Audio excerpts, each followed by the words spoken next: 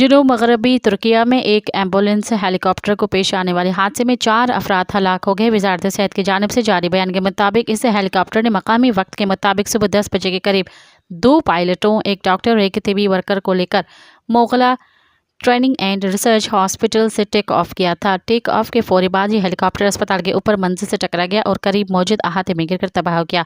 حادثے سے اس میں سوار تمام افراد ہلاک ہو گئے۔ مقامی حکام کے مطابق یہ ہیلی کاپٹر گزشتہ روز خراب موسم کے باعث پرواز نہیں کر سکا تھا۔ 22 دسمبر کی صبح اس نے انطالیہ جانے کی کوشش کی مگر شدید دھند کے باعث حادثے کا شکار ہو گیا۔ حادثے سے عمارت کے اندر یا زمین پر موجود کسی فرد کو نقصان نہیں پہنچا۔ حادثے کے فوری بعد امدادی ٹیمیں وہاں پہنچ گئی تھی۔ وزارت صحت کی جانب سے جاری بیان میں حادثے میں 4 افراد کی ہلاکت کی تصدیق کی گئی۔ حکام کی جانب سے حادثے کی وجہ جاننے کے لیے تحقیقات شروع کر دی گئی ہے۔